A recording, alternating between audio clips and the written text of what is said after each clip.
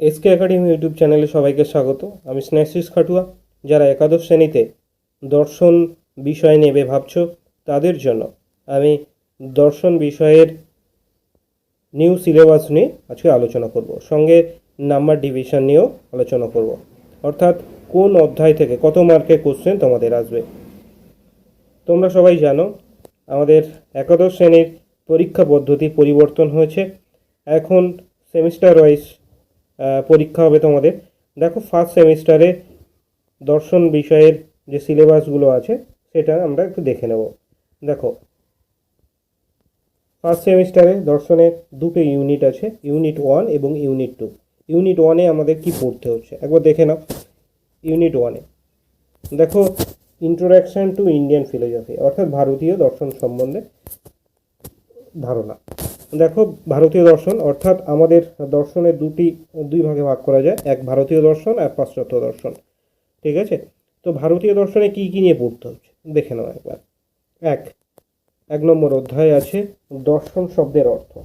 ঠিক আছে, অর্থাৎ দর্শনের সংজ্ঞা, দর্শন দর্শন শব্দের ব্যুৎপত্তিগত অর্থ, এগুলো নিয়ে আলোচনা এখানে আছে। ঠিক আছে, দেখো 2 নম্বরে আছে ভারতীয় দর্শন সম্প্রদায়ের শ্রেণীবিভাগ। ঠিক আছে, ভারতীয় দর্শন সম্প্রদায়ের শ্রেণীবিভাগ। দেখো, ভারতীয় দর্শন, আমরা দর্শনকে দুই ভাগে ভাগ করছি, ভারতীয় দর্শন এবং পাশ্চাত্য দর্শন। এবং ভারতীয় দর্শনকে আবার ভাগ করা যায় দুটি সম্প্রদায়, এক আস্তিক দর্শন আর নাস্তিক দর্শন। আস্তিক দর্শনকে আবার 6টি ভাগে ভাগ করা যায়, 6টি সম্প্রদায় আছে আস্তিক দর্শনে, এবং নাস্তিক দর্শনে 3টি সম্প্রদায় আছে। সেগুলো নিয়ে এখানে আলোচনা আছে। যেরকম আস্তিক দর্শনে যে 6টি সম্প্রদায় তাদের একসঙ্গে বলা হয় ষোড় দর্শন। ঠিক আছে, এগুলো যখন আমরা অধ্যায় ভিত্তিক ক্লাস করব সেগুলো তখন আমরা বিস্তারিতভাবে যাব। চলো, পরে 3 নম্বর অধ্যায় কি আছে, জ্ঞান লাভের 6টি উপায়। ঠিক আছে, জ্ঞান লাভের 6টি উপায় বা পদ্ধতি, সেটা নিয়ে আলোচনা আছে।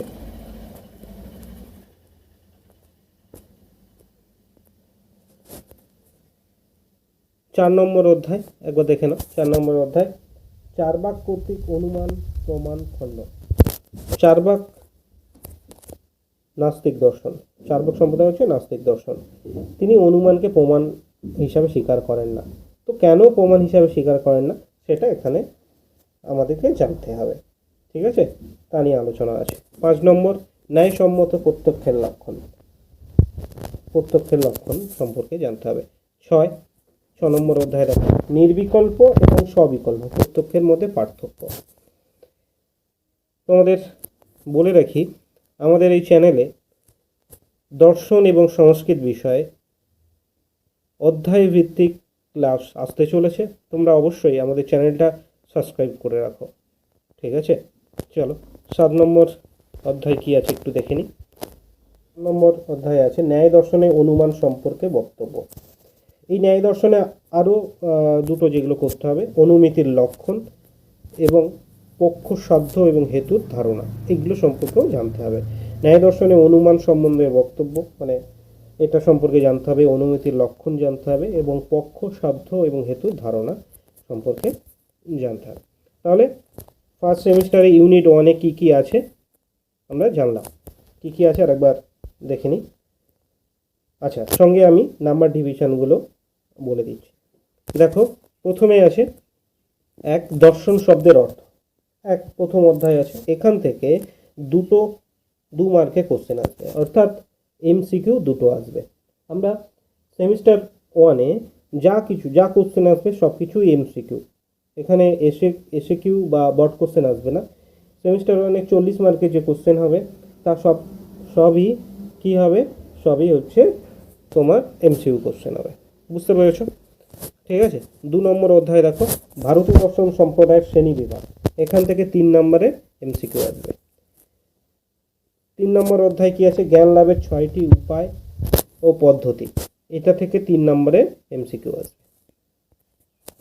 4 নম্বর অধ্যায় চার্বাক কর্তৃক অনুমান প্রমাণ খণ্ডন। এখান থেকে 3 মার্কের এমসিকিউ আসবে। ন্যায়সম্মত প্রত্যক্ষের লক্ষণ, এখান থেকে 3 নম্বরে এমসিকিউ আসবে। 6 নম্বর অধ্যায় দেখো, নির্বিকল্প এবং স্ববিকল্প প্রত্যক্ষের পার্থক্য। এখান থেকে 3 নম্বরে এমসিকিউ আসে। 7 নম্বর অধ্যায় দেখো, ন্যায় দর্শন অনুমান সম্পর্কে বক্তব্য, অনুমিতির লক্ষণ এবং পক্ষসাধ্য হেতু। এই তিনটে থেকে মোট 7 মার্কের কোশ্চেন থাকবে। প্রথমে 2, তারপর 2, তারপর 3। ঠিক আছে, এই হলো ইউনিট 1-এর সিলেবাস এবং সঙ্গে নাম্বার ডিভিশন। এবার আমরা দেখি ইউনিট 2 জেনেছি। এবার ইউনিট 2, ইউনিট 2তে ওয়েস্টার্ন ফিলোসফি অর্থাৎ পাশ্চাত্য দর্শন। আমরা আগেরটা ভারতীয় দর্শন সম্পর্কে যে ভারতীয় দর্শনে কি কি আছে সেগুলো জেনেছি। এবার দেখো পাশ্চাত্য দর্শনে কি কি পড়তে আমাদের। দর্শনের স্বরূপ ও শাখাসমূহ, এখান থেকে 6 মার্কের এমসিকিউ আসবে। তাহলে প্রথম অধ্যায় থেকে আসছে পাশ্চাত্য দর্শনের প্রথম অধ্যায় দর্শনের স্বরূপ এবং শাখাসমূহ, এখান থেকে 6 মার্কের এমসিকিউ আসছে। 2 নম্বর অধ্যায়টা দেখে নাও, জ্ঞানের উৎস সমূহ। এই অধ্যায় থেকে দুটো পার্ট আছে, এক অভিজ্ঞতাবাদ মানে অভিজ্ঞতাবাদীদের, লক, ব্রাকলে, হিউম, এই তিনজনের সম্পর্কে জানতে হবে। ঠিক আছে, এখান থেকে তোমাদের 5 মার্কের এমসিকিউ আসবে, মানে 5টা এমসিকিউ আসছে। তাহলে অভিজ্ঞতাবাদী কাদের সম্পর্কে জানতে হবে? লক, ব্রাকলে এবং হিউম। আচ্ছা, চলো বুদ্ধিবাদী কারা আছে?